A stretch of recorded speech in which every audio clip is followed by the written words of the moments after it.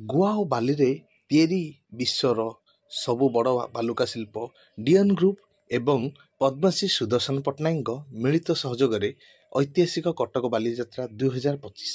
तैयारी होईची विश्वर सबुठारु बड़ पारंपरिक नौका आकृतिर एवं बालुका शिल्प गुआ और बाली प्रस्तुत ही बालुका कलाकृति तल बालीजात्रा पड़िया बोर्डगेट निकट में करा कला ऐतिह्य और परंपरा अद्भुत सम्मानीय ही बालुका कलाकृति चलित वर्षर बालीजात्रा को अधिक स्मरणीय करुच्ची 240 टन बाली व्यवहार करा जाइथिबा ई विशाल बालुका कलाटी 50 फुट लंबा एवं 30 फुट ओसारर जोंथिरे 12,000 गुआ 320 नड़िया 1100 माटी दीपर व्यवहृत करा जाइछि। मात्र 6 घंटा मध्य संपूर्ण होइथिबा ई कलाकृति आज एक नूतन विश्व रेकर्ड सृष्टि करछि जहाँ ओडिशार समृद्ध नौवाणिज्य ऐतिह्य वहन करछि। यह 8 दिन धरी लक्ष लक्ष दर्शकों को आकृष्ट करिवो।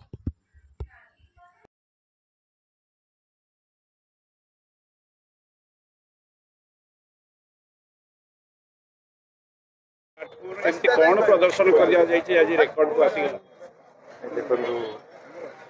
बालीजात्रा आमर गोटे एत बड़ ऐतिह्य जहाँकि आम पूर्वपुरुष मान आशीर्वाद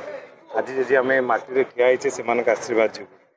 एवं बालीजात्रा आम प्राउड प्रत्येक ओडिया मु सब चेष्टा करे जे आम बालुका चित्रकला माध्यम ओडिशार कला संस्कृति ऐतिह्य को आहरी केमती अलग प्रकार डिफरेंट वे रे प्रेजेंट करने तो बालुका चित्रकला तो हूँ समस्त देखते बट बालुका चित्रकला को आहरी आगक नापी आम गोटे डिफरेंट फॉर्म रे इंस्टॉलेशन आर्ट फॉर्म कर देखिए यहाँ मुझे भावुँ निश्चित भाव में पृथ्वी में प्रथम जो थे कि आम गुआ को इंस्टॉल करी स्कल्पचरटा कर जहाँ आज महाप्रभु जगन्नाथ आशीर्वाद जो एंटायर ओडिशार समस्त ब्लेसिंग जो आज सक्सेस होती यहाँ गोटे वर्ल्ड रेकर्ड पुणी भावुँ पृथ्वी में कौन से जगह एमती इंस्टॉलेशन सैंड आर्ट कौटी नथिबो जोटा कि गोआ रे तैयारी सैंड आर्ट तो बहुत बड़ सब स्कल्पचर्स रही बट एमती इंस्टॉलेशन स्कल्पचर्स कौटी ना यहाँ गोटे रेकर्ड और बालीजात्रा आमर गोटे बहुत बड़ रेकर्ड एवं मु भावुँ बहुत जल्दी निश्चिंत भाव में यूनेस्को बालीजात्रा को सारा विश्व में परिचित निश्चिंत भाव में करेब मोर से दिन को अपेक्षा रही आज मु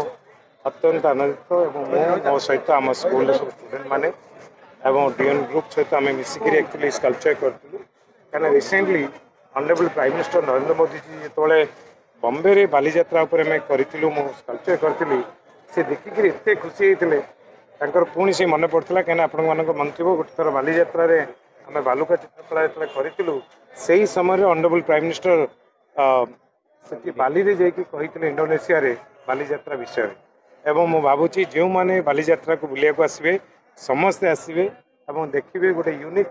साइंस कल्चर जोटा कि गोटे इंस्टॉलेशन फॉर्म रही गोटे निरा टाइप रही भावुँ जे रेकर्ड्स तो बहुत अच्छी बट सब रेकर्ड रे समथिंग गोटे डिफरेंट क्रिएशन हो समस्ते देख थैंक यू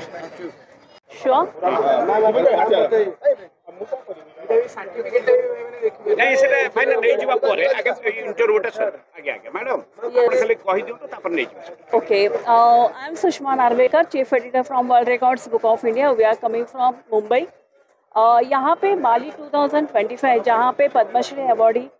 सुदर्शन पटनायक इन्होंने एक यूनिक बोट स्कल्पचर उन्होंने किया है जहाँ पे इंस्टॉलेशंस बाय एक्रोनेट्स एंड 12,000 एक्रोनेट्स and 500 coconuts is the sustainability and use totally eco-friendly products and definitely Sudarshan Pattnaik ji हमेशा सोशल अवेयरनेस के लिए अपने आर्ट स्कल्पचर से सोशल अवेयरनेस मैसेजेस एंड कोई यूनिक स्तर करते ही रहते हैं। ये जो आज हम यहाँ पे देख रहे हैं कि उन्होंने जो स्कल्पचर किया which is the boat sculpture जो ओडिशा के मरीन लाइन्स लेगेसी को रिप्रेजेंट करता है and this is the truthfully and जो 50 feet length and 30 feet wide है जहाँ पे सस्टेनेबिलिटी एंड इको फ्रेंडली उन्होंने यूज़ किए हैं आइटम्स को so this is a unique actually art sculpture. So यहाँ पे आज हमने यहाँ पे आके उन्हें world records book of India ने सर्टिफाई किया हुआ है। So all of you congratulations Odisha people and best wishes Bali 2025 and is officially recognised world records book of India. Thank you so much. Thank you.